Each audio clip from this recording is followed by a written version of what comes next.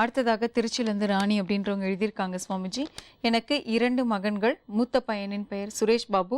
பிறந்த தேதி 18/7/1987.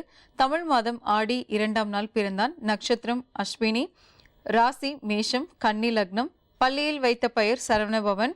சுரேஷ் பாபு வேலைக்கு சென்று கொண்டிருந்தான். இடையில் எலக்ட்ரிக்கல் படிப்பதற்காக காலேஜ் சென்றான். 3 செமஸ்டர் பாஸ் பண்ணினான். அடுத்த மாதத்தில் மனநிலை பாதிக்கப்பட்டு வீட்டில்தான் இருக்கின்றான். 4 வருடமாகிவிட்டது. வீட்டை விட்டு வெளியில் அவன் வருவதில்லை, யாருடனும் பேசுவதும் இல்லை. மனநில ஆஸ்பத்திரியில் காண்பித்து மருந்து கொடுத்தும் எந்த ஒரு பயனும் இல்லை. அவன் தானாக பேசிக் கொள்கின்றான். கல்யாணம் செய்து வைக்க சொல்கின்றான். எனது கணவர் வீட்டில் முன்னோர்கள் சிலர் நன்றாக பிறந்து இடையில் மனநலம் பாதிக்கப்பட்டு இருந்திருக்கின்றார்கள். ஜாதகம் பார்த்ததில் பெண் சாபம் உள்ளது என்று சொல்கின்றார்கள். சூரியனார் கோவிலுக்கு சென்று நவகிரகங்கள் 9 பேருக்கும் அர்ச்சனை செய்து வந்தோம். எனது மகன் மனநிலை நன்றாக மாறவும் எனது மகன்களின் வாரிசுகள் மனநலத்தால் பாதிக்கப்படாமல் இருக்கவும் சப்தரிஷி வாக்கின்படி என்ன பரிகாரம் செய்ய வேண்டும் என்று கூறுங்கள் ஐயா. சுவாமிஜி, இவங்க மகனுக்கு மனநிலை சரியாவதற்கு என்ன பரிகாரம் செய்யலாம்னு சொல்லுங்க. சப்தரிஷி வாக்கியப்படி என்ன பதில் வருது அப்படின்னு பார்க்கலாம்.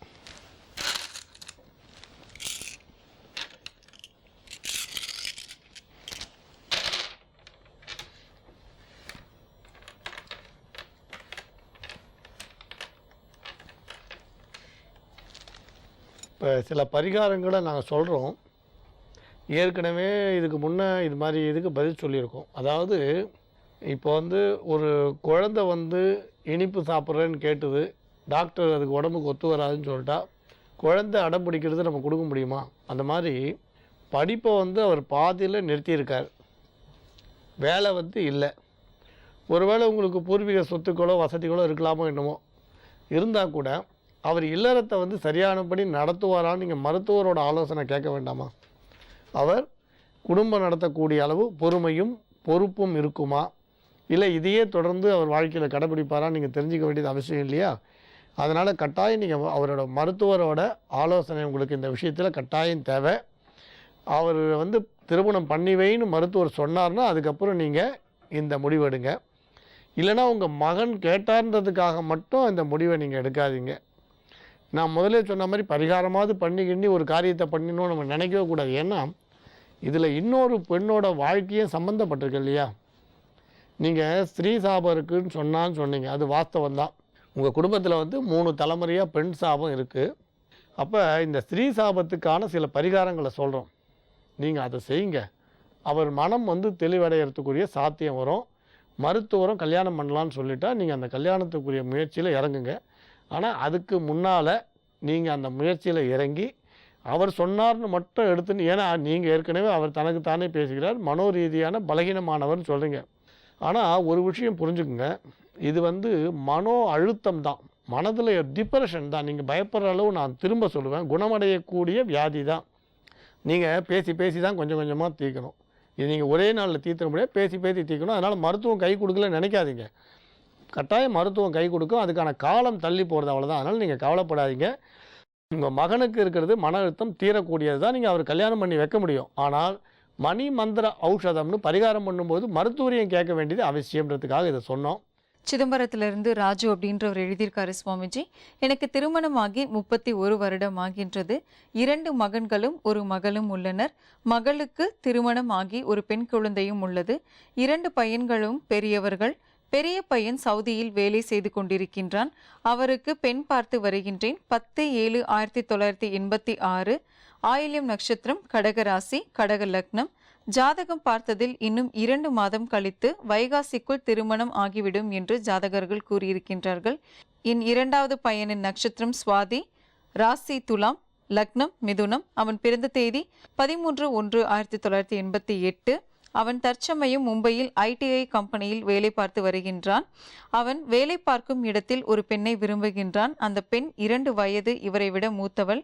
எனக்கு மூத்த பெண்ணாக இருப்பதால் விருப்பம் இல்லை, வேண்டாம் என்று கூறினாலும் ஒத்துக்கொள்ள மாட்டேன் என்கின்றான். இதனால் திருமணம் இருவரும் செய்து கொண்டால் ஏதாவது தோஷம் ஏற்படுமா என்றும், அவர்களுக்கோ குடும்பத்திற்கோ ஏதாவது குறைகள் வருமா என்றும், மற்றும் வேறு ஜாதி பெண் என்பதாலும் எனக்கு பயமாக உள்ளது. நீங்கள் தான் ஐயா நல்ல முடிவை சப்தரிஷி வாக்கியம் மூலம் கூற வேண்டும் சுவாமிஜி. சுவாமிஜி, இவங்க மகனுக்காக இவங்க கேட்டிருக்காங்க. இதற்கு என்ன ஆலோசனை இருக்கு, என்ன பரிகாரம் இருக்குன்னு சொல்லுங்க. இப்போ சப்தரிஷி வாக்கியப்படி என்ன பதில் வருது அப்படின்னு பார்க்கலாம்.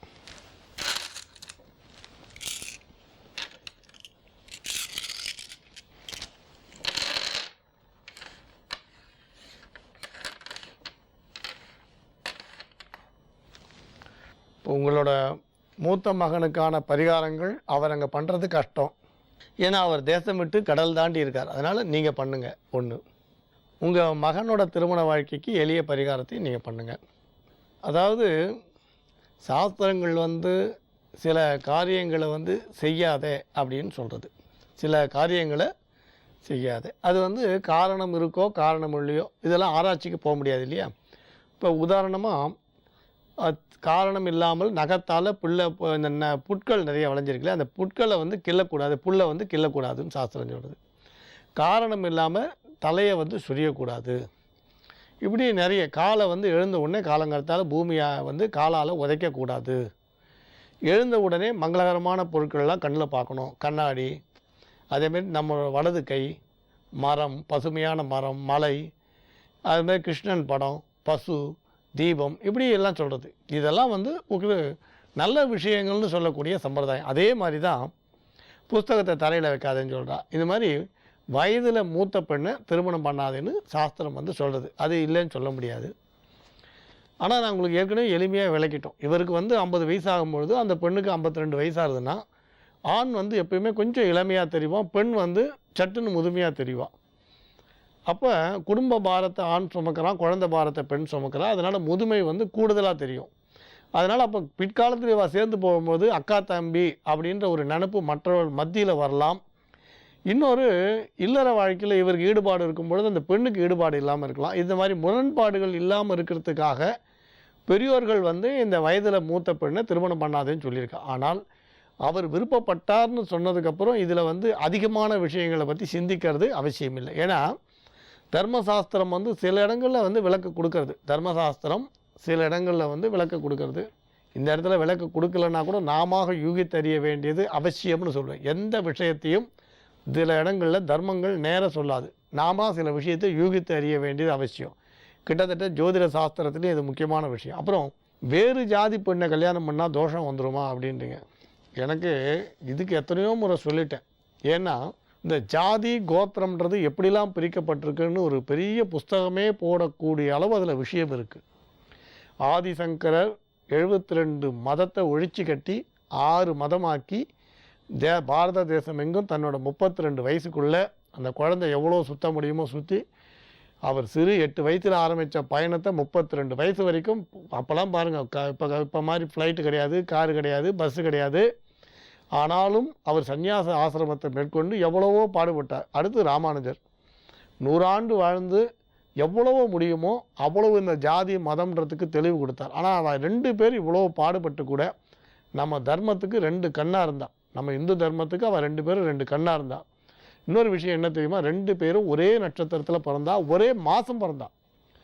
ஆதிசங்கரர் பிறந்தது சித்திர மாதம் ஆருத்ரா நட்சத்திரம், ராமானுஜர் பிறந்தது சித்திர மாதம் ஆருத்ரா நட்சத்திரம். ஒரே மாதம் ஒரே நட்சத்திரம். அதே மாதிரி பார்த்தா 108 க்ஷேத்திரத்தில் அந்த விசேஷமான உயரமான இடத்துல இருக்கக்கூடிய க்ஷேத்திரம் அப்படின்னு சொன்னீங்கன்னா முக்திநாத், ராமானுஜர் எம்பெருமான் மட்டும்தான் அந்த இடத்துக்கு போனதாக ஐதீகம். அதே மாதிரி சிவஸ்தலங்களில் பார்த்திங்கன்னா உயரமாக இருக்கக்கூடிய ஸ்தலம், உயர்ந்த இடத்துல இருக்கக்கூடிய ஸ்தலம் கைலாயம். அது எங்கே ஆரம்பிக்கிறதோ அந்த பசுபதிநாத் கோயில், நேபாளத்துலேருந்து தானே யாத்திரை ஆரம்பிக்கிறது, அதை வச்சு சொல்கிறோம். அங்கே போய் ஈஸ்வரனோட, பசுபதிநாத் ஈஸ்வரனோட பெருமையை வந்து ஸ்தாபிதம் பண்ணவர் ஆதிசங்கரர்.